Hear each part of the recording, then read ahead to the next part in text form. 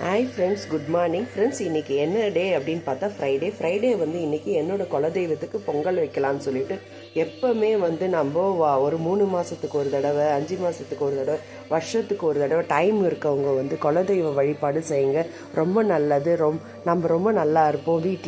வீட்டில் இருக்கவங்க வந்து 2 பொங்கல் வச்சுட்டு 2 மாவிளக்கு போட்டு 2 தேங்காய், 2 வாழைப்பழம், இல்லைன்னா 4 வாழைப்பழம், 4 வெத்தலை பாக்கு வச்சு நம்ம சாமிக்கு எடுத்து போய் படைச்சோம்னா ரொம்ப நல்லது. நான் கூடவே ஒரு சக்கரை பொங்கல் வச்சுக்கலான் இருக்கேன். இது சாதா வெள்ளை பொங்கல் மட்டும்தான். இது பொங்கல் வச்சுக்கிறேன். நான் வீட்லேயே செஞ்சுக்கிறேன். ஏன்னா அங்கே போய் செய்யறதுக்கு எனக்கு டைம் இல்லை. அதுக்கு அது எனக்கும் தெரியாது அவ்வளோவா. இது மாதிரி நான் சின்னதாக வச்சு இப்படியே பண்ணிக்கிறேன். இது என்னோடய மாமியார் சொல்லி கொடுத்த ஐடியா. அதை தான் நான் ஃபாலோ பண்ணுறேன். எல்லாருமே கண்டிப்பாக ஃப்ரெண்ட்ஸ் குலதெய்வம் கும்பிடுங்க. நம்ம எல்லாருமே லைஃப்பில் ரொம்ப நல்லா இருப்போம் ஃப்ரெண்ட்ஸ். பாருங்கள் எவ்வளோ அழகாக பொங்கி வருது பாருங்கள் பொங்கல்.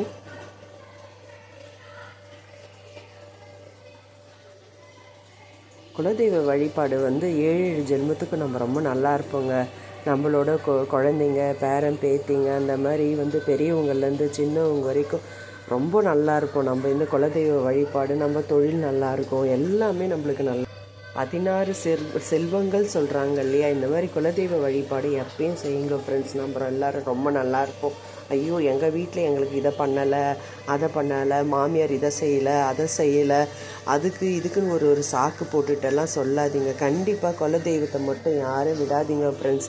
ரொம்ப ரொம்ப நல்லது. எந்த கடவுளை நம்ம வணங்கினாலும் குலதெய்வத்தை வணங்குங்க. முதல்ல நம்ம வீட்டில் இருக்க அப்பா அம்மாவுக்கு வந்து மரியாதை கொடுங்க. மாமியார் மாமனாருக்கு மரியாதை கொடுங்க. அவங்கள நல்லபடியாக பார்த்துக்கோங்க. அப்புறமா நம்ம குலதெய்வ வழிபாடு கும்பிடுங்க. நம்ம ரொம்ப நல்லாயிருப்போம் லைஃப்பில் ஃப்ரெண்ட்ஸ். மார்னிங் எங்கள் வீட்டில் காலையில் எழுந்ததுங்க காக்காவுக்கு நாங்கள் காராஸ் வச்சுக்கோங்க. காராஸ் வச்சா தான் எங்கள் வீட்டு காக்கா வருவாங்க. பாருங்கள், நான் பேசுறது டிஸ்டர்பாக இருக்குதுன்னு சொல்லிட்டு அவங்க கிளம்பி போகிறாங்க ஃப்ரெண்ட்ஸ். வாங்க சாப்பிடுவீங்க காக்கா ப்ளீஸ். இதில் சக்கரை பொங்கல் வச்சுருக்கேன். நான் சக்கரை பொங்கலுக்கு நான் அரிசி 2 டம்ளர் போட்டிருக்கேன். பைத்தியம்பருப்பு ஒரு 1/2 டம்ளர் போட்டிருக்கேன். இதில் அது போட்டு மூடிட்டேன் நான் குக்கரில். இதில் நான் ஜீரக சம்பா அரிசி தான் வச்சுருக்கேன் ஃப்ரெண்ட்ஸ்.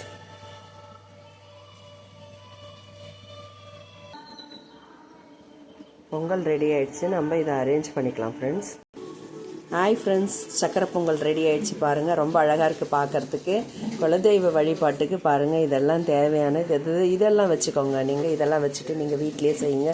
முடிஞ்சால் இதை பண்ணுங்கள். இல்லைனா முடியலன்னா ஒரு கற்பூரம் ஏற்றி கையெழுத்து கும்பிட்டிங்கன்னா கூட குலதெய்வ வழிபாடு அதுவே கூட போதுங்க. அவங்க எங்கே இருந்தாலும் நம்மளை காப்பாற்றுவாங்க.